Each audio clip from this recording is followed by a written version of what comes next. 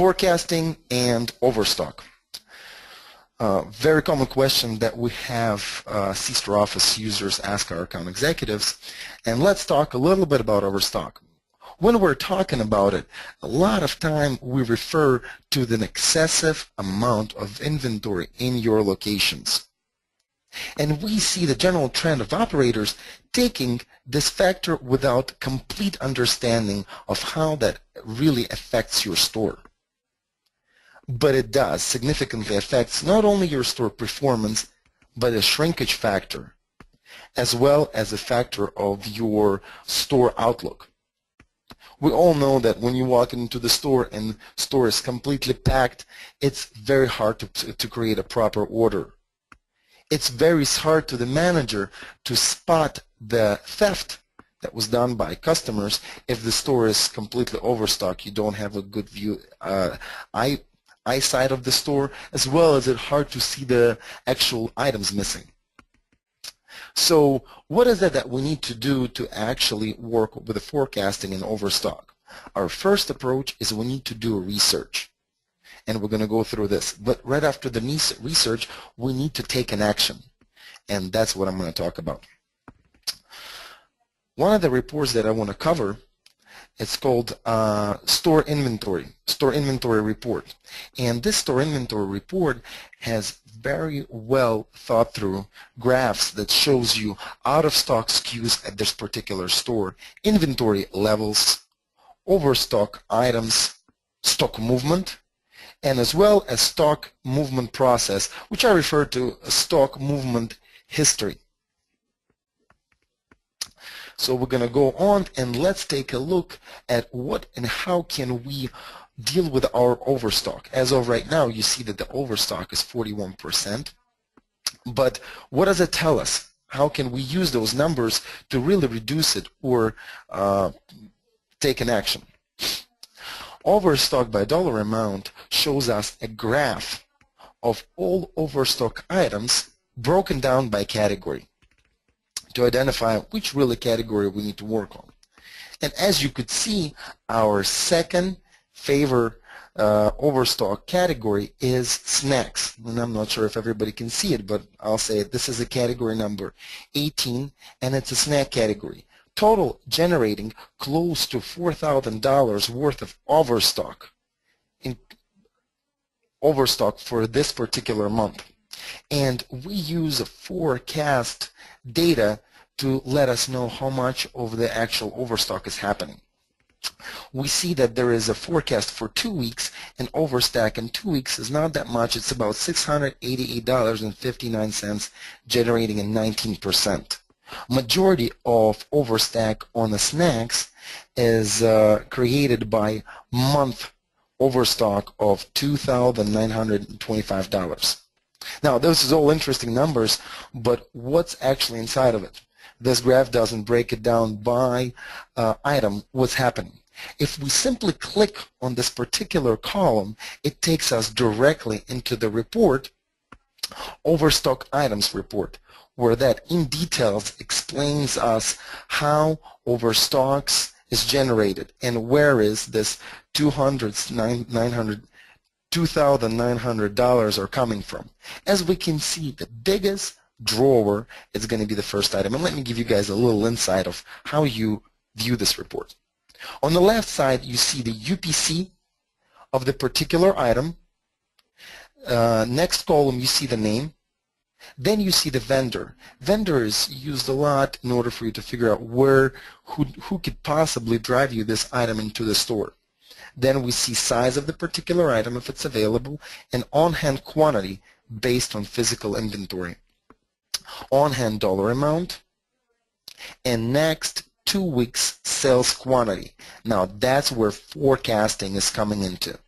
We use previous sales data to identify how much forecasted sales will be generated. As we see, right after this, we have sales in dollar value. Next 2 weeks on-hand quantity, and again next month sales quantity. Same technology that uses as 2 weeks sales projection uses a 1 month sales projection. We have also see the dollar amount and our on-hand at the end of this month.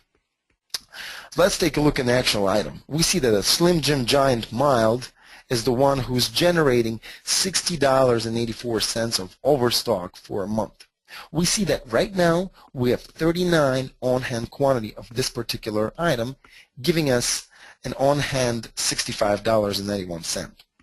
We know that our forecasting is only 2 items to be sold for next 2 weeks. And for next month, we're going to only end up selling 3 of those items. The question that you want to ask yourself, why did the manager stock 39 items? For what reason? And you want to double check if that's actually accurate forecasting. Note that the new items may have a subjective forecast sales numbers. So what we're going to do, we're going to go in and we're going to investigate it by simply clicking on the informational icon right next to the item. And that's going to pull up item graph report for this particular location of this item. What you see is your whole trend for 30 days of life cycle for this item. We see the retail in green, cost in red, it hasn't changed. Also, we see our gross profit margin and the dollar profit margin. What you see all the way on the bottom in those red columns is you see sales for the last 30 days. Sales for the last 30 days tells us that in the last 30 days we sold only 3 of those particular items, concluding that the forecasting for these items was accurate. Our system tells us that we're going to end up selling 30 where it was 30 for last month. Now, we identified that this is an overstock item and we have to do something with this extra 35 stocked Slim Jims. How can I find that out? C-Store Office produces the report called Item Movement, where I'm going to scroll down directly into the sales. I want to figure out where this Slim Jim is going to be a working item for us. So, sales report shows here, breaks down our stations, SG2 stations by name, and basically it lists out the sales quantity for the last 30 days and current on-hand quantity, giving a KPI, whether it's a dead, normal, or fast-moving item for this particular store on SG2 account. What we see right from here, what stands out is the Newcastle. This Slim Jim item is being sold pretty frequently. There we have sales of 31 items, so at least 1 item a day, and its current on-hand quantity of 2, explaining to us that probably this would be the best candidate for the destination location for this particular Slim Jim. Once you identify those items, you write them down and you go through the rest of them. And then this is the best practices for your manager or maybe a supervisor that travels around the store, where he can take advantage of driving from store to store and really shifting your inventory for you to produce the most profit. Now, a couple things that you want to start looking into is a trend. Once you dive into the overstock and you start using forecasting to identify your areas for improvement, you want to see if that actually happens. Our report called Store Inventory Progress or Stock Movement Progress Report will show you last 10-month worth of your inventory, breaking down the dead inventory to slow, to normal, to fast. As you can see, since last 10 months, this particular store went from $15,000 worth of dead inventory down to 7, basically shrinking it down almost 2 times. And that would be the best practices that you'd be able to use any type of back office as of C-Store Office to identify and deal with your overstock or dead inventory per store.